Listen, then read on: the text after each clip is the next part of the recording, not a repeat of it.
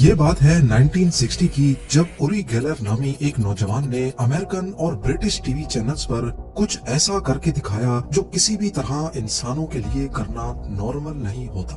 یہ شخص دعویٰ کرتا ہے کہ اس کا دماغ اتنا اسٹرانگ ہے کہ وہ اس کی طاقت کے استعمال سے کچھ بھی کر سکتا ہے۔ جی ہاں، کچھ بھی کا مطلب ہے کچھ بھی۔ اور پھر دیکھنے والوں کی آنکھیں تب کھلی کی کھلی رہ گئیں جب اس نے اپنی ذہنی طاقت سے لوہے کو موڑ کر دکھایا۔ چمچے اس کے ہاتھوں میں نرم پڑ جاتے، چابیاں صرف اس کی انگلی کے ہلکا سا چھونے کی وجہ سے ٹیڑھی ہو جاتی، اور کمپس صرف اس کے کہنے پر ہلنے پر مجبور ہو جاتے۔ سب سے زیادہ حیرت انگیز اس کی یہ صلاحیت تھی کہ وہ ایسی تصویریں بنا سکتا تھا جو اس نے کبھی دیکھی بھی نہ ہو۔ ایک والنٹیئر اس کے سامنے بنا دکھائے ایک تصویر بناتا اور پھر گیلر اپنی خاص طاقت کا استعمال کر کے اس تصویر کو دوبارہ بنانے کی کوشش کرتا۔ چاہے اس کی تصویریں ہمیشہ بالکل برابر نہیں ہوتی تھیں، مگر اتنی ملتی جلتی ہوتی کہ دیکھنے والے حیران رہ جاتے۔ پر یہاں سوال پیدا ہوتا ہے کہ ایک انسان آخر ایسا کر کیسے سکتا ہے؟ یہ تو گیلر کی صرف اسٹیج پرفارمنسز تھیں۔ آگے اسی ویڈیو میں اس کے کارنامے جاننے کے بعد یقیناً آپ بھی حیران رہ جائیں گے۔ اوری گیلر کون ہے، اور کیا واقعی میں اس کے پاس سپر ہیومنز والی پاورز ہیں، یا پھر یہ صرف ایک دھوکہ ہے؟ میں آپ کا پھر سے سواگت ہے۔ ناظرین، اوری گیلر 1946 میں پیلسٹائن کے شہر تل ابیب میں پیدا ہوا، جو آج اسرائیل کا حصہ ہے۔ جب گیلر صرف 6 سال کا تھا تو ایک دن اس کی ماں نے اسے سوپ کا ایک باؤل اور ساتھ پینے کے لیے ایک چمچہ دیا۔ یہ ایک روٹین کا دن تھا، پر اب نہیں، کیونکہ جب گیلر نے سوپ پینے کے لیے چمچے کو پکڑا تو وہ ٹوٹ کر باؤل میں گر گیا۔ پہلے تو اس کی ماں کو لگا کہ شاید چمچہ پہلے سے کمزور تھا، لیکن کچھ دنوں کے بعد دوبارہ ایسا ہی ہوا۔ یہ وہ وقت تھا جب 6 سال کے اوری گیلر کو لگا کہ شاید چمچے کا قصور نہیں ہے، بلکہ وہ یہ دوبارہ بھی کر سکتا ہے۔ ایک انٹرویو میں اوری گیلر نے بتایا کہ اس نے یہ ٹرک اسکول میں اپنے دوستوں کو بھی کر کے دکھائی اور سبھی بچے کافی حیران ہوئے۔ بعد میں اسے معلوم پڑا کہ اس کے اندر دوسروں کا دماغ پڑھنے کی قابلیت بھی موجود ہے۔ 18 سال کی ایج میں اس نے اسرائیلی آرمی جوائن کی اور 1967 میں وہ 6 ڈے وار کے دوران زخمی ہو گیا۔ آرمی سے نکلنے کے بعد اس نے اسرائیل میں چھوٹی چھوٹی پارٹیز اور نائٹ کلبز میں پرفارم کرنا شروع کیا اور اپنی خاص طاقت کو دکھا کر اپنا گزر بسر کرنے لگا۔ پہلے تو کئی لوگوں کو لگا کہ شاید یہ شخص ایک بہت اچھا اسٹریٹ میجیشن ہے، جو اپنے ہاتھوں کی صفائی سے لوگوں کو کچھ کرتب کر کے دکھاتا ہے، پر لوگ اس کی ٹرکس کو کریک کرنے میں پوری طرح ناکام رہتے۔ گیلر کا ماننا تھا کہ وہ ایک سائیکک ہے اور اپنی دماغ کی طاقت سے وہ ناممکن کو ممکن کر کے دکھا سکتا ہے۔ بعد میں وہ امریکہ چلا گیا اور یہیں پر اسے بہت زیادہ میڈیا اٹینشن ملنے لگی۔ زیادہ تر امریکنز اوری گیلر کو تب جاننے لگے جب 1960s کے آخر میں اور 1970s کی شروعات میں اس نے مشہور ٹی وی شوز اور میگزینز میں دکھائی دینا شروع کیا۔ ٹی وی شوز میں اس نے کیمرہ کے سامنے چمچے اپنی انگلیوں سے نرم کر کے دکھائے۔ اکثر دیکھنے والے تب حیرت زدہ رہ جاتے جب چمچوں کا سر الگ ہو کر زمین پر گر جاتا۔ اکثر ٹی وی شو کے دوران اس نے اپنی آڈینس کو کہا کہ اگر آپ کی رسٹ واچ نہیں چل رہی تو اسے اتار کر اپنی مٹھی میں بند کریں، اور میں اپنی ذہنی طاقت سے آپ کی گھڑیوں کو چلا کر دکھاؤں گا۔ زیادہ تر لوگوں نے دعویٰ کیا کہ واقعی ان کی گھڑی واپس سے چلنے لگی، اور یہ دیکھنے والوں کے لیے واقعی کافی حیرانی کی بات تھی۔ 1972 تک اوری گیلر کے گرد میڈیا کا جنون اتنا بڑھ گیا کہ سائنٹیفک کمیونٹی بھی اس پر دھیان دینے لگی۔ اسٹینفورڈ ریسرچ انسٹیٹیوٹ کے سائنٹسٹ نے سوچا کہ اگر یہ شخص واقعی سپر ہیومن ہے تو کیوں نہ لیبارٹری میں اس پر ریسرچ کی جائے اور یہ دیکھا جائے کہ کہیں یہ کوئی ٹرک یا دھوکے کا سہارا تو نہیں لے رہا۔ جب انہوں نے اوری گیلر سے اس ریسرچ میں حصہ لینے کو کہا تو وہ خوشی خوشی مان گیا۔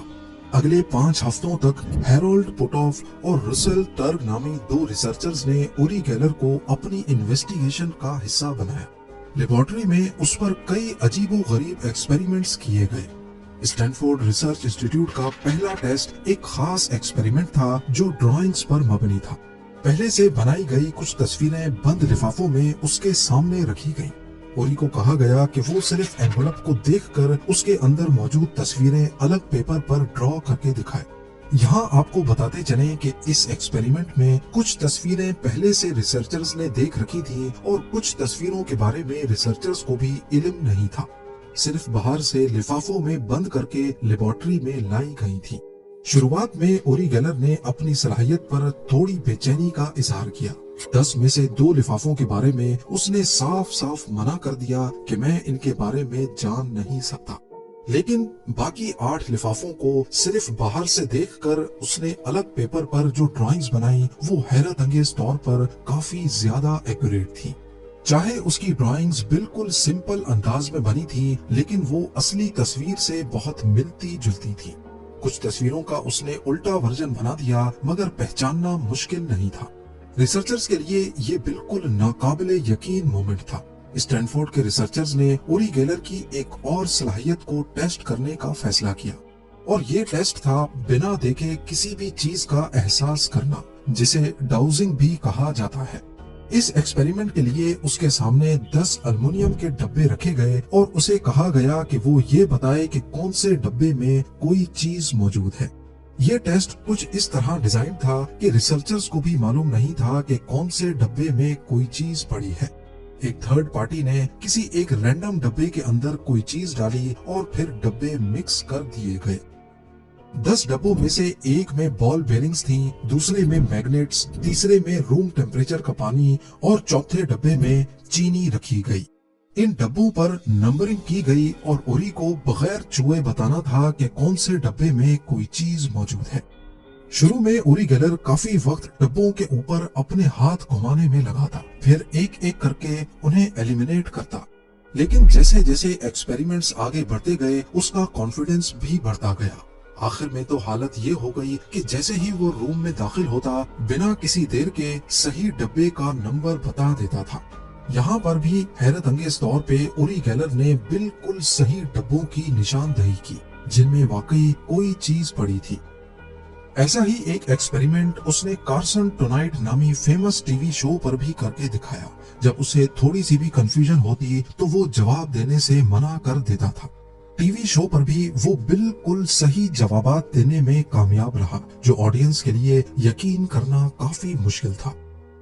रिसर्चर्स पुटॉफ और टर्क इस परफॉर्मेंस से बेहद मुतासिर हुए।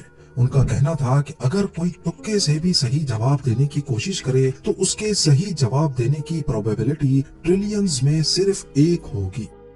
एक और एक्सपेरिमेंट जिसमें ओरी गेलर की हैरत अंगेज एक्यूरेसी सामने आई, वो एक आम 6 साइड्स वाला डाइस का टेस्ट था। डाइस को एक मेटल बॉक्स में डाला गया, फिर उस बॉक्स को जोर से हिलाया गया और ओरी से पूछा गया कि जब ढक्कन खुलेगा तो कौन सा नंबर ऊपर होगा। ये टेस्ट टोटल 10 बार दोहराया गया।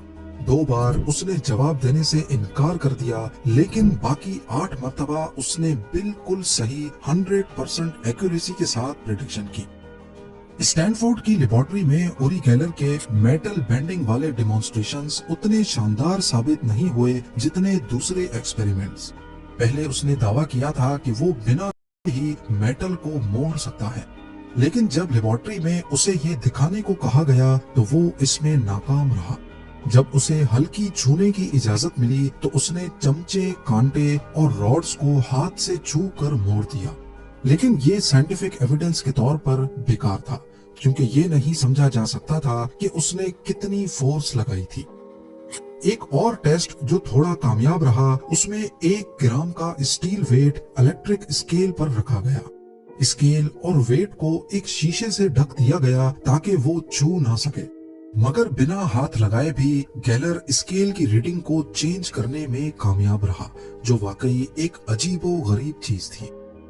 इन टेस्ट के बाद रिसर्चर्स ने अपनी रिपोर्ट में लिखा कि ओरी गेलर ने इतनी कामयाबी से परफॉर्म किया कि इस फिनोमेना को मजीद साइंटिफिक स्टडी की जरूरत है।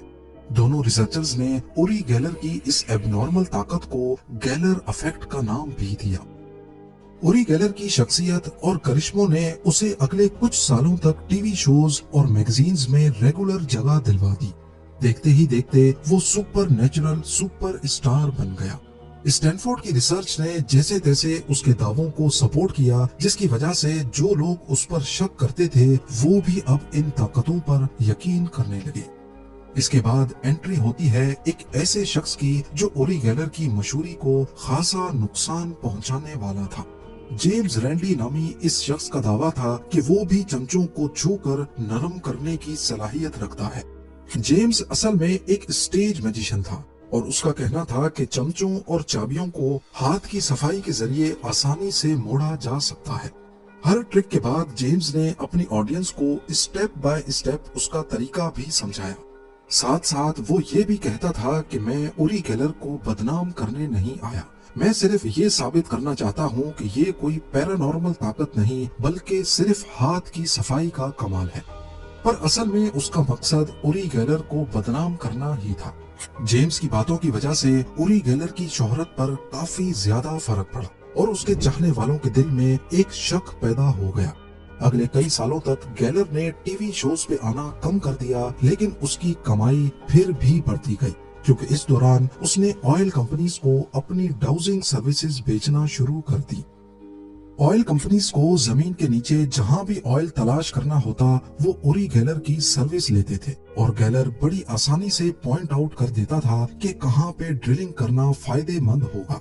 इसके बदले वो ऑयल कंपनी से भारी रकम भी वसूल करता रहा।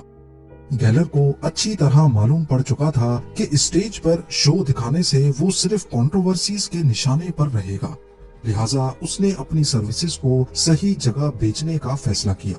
यहाँ तक कि गेलर ने अपने एक इंटरव्यू में बताया कि वो काफी अरसे तक इजराइल की इंटेलिजेंस एजेंसी मुसाद के लिए भी काम करता रहा है और वो इसकी ताकत का इस्तेमाल करके मुख्तलिफ उलझे हुए केसेस को सुलझाने की कोशिश करते थे।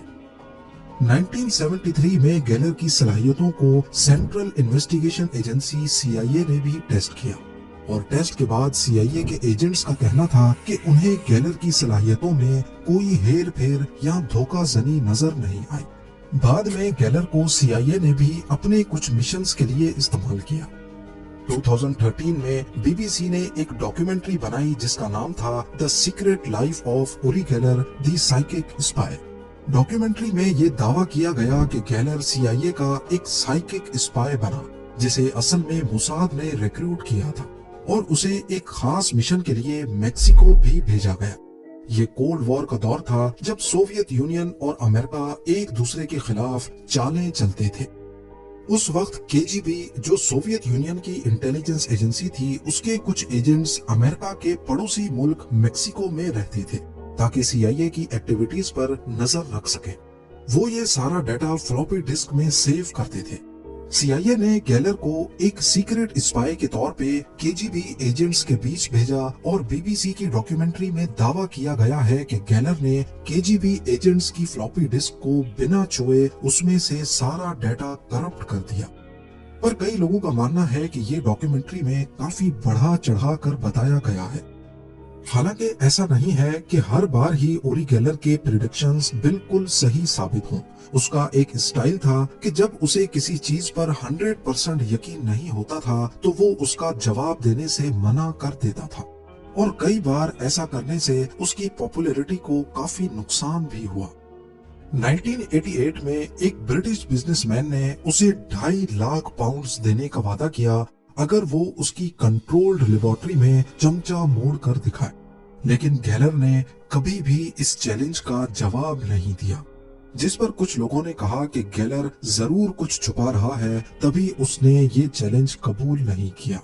पर आज तक गेलर ये दावा करता है कि उसकी सलाहियत असल में सुपर नेचुरल ही है, मगर वो ये भी मानता है कि उसके कुछ करिश्मे सिर्फ स्टेज मैजिक या नेचुरल साइंस के जरिए भी किए जा सकते हैं। मिसाल के तौर पर बंद घड़ी जब हाथ में कुछ मिनटों तक पकड़ी जाए तो सिर्फ बॉडी हीट और हाथों की हरकत से कुछ देर के लिए चल सकती है, लेकिन वो इसे साइकिक ताकत नहीं मानता।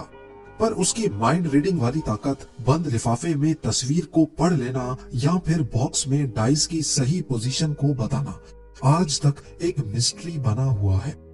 ओरी गेलर अब 78 इयर्स का हो चुका है। उसकी पॉपुलैरिटी काफी कम हो चुकी है, शायद एज के साथ साथ उसकी पावर्स भी कम हो रही हैं। मगर आज भी अगर वो अच्छे मूड में हो तो चमचे कांटे मोड़ने या कंपास को हिलाने का छोटा मोटा मुजाहिरा कर लेता है, मगर अब वो बड़े क्राउड्स के लिए परफॉर्म करने से कतराता है। हाल ही में कुछ वीडियो सामने आई हैं जिसमें ऐसा लगता है कि उरी गेलर स्टेज मैजिशियंस के तरीके यूज कर रहा है, जैसा कि जाली अंगूठे का इस्तेमाल, लेकिन अब तक उसके खिलाफ कोई ठोस सबूत नहीं मिल सका जो उसके करिश्मों को मुकम्मल फ्रॉड साबित कर सके।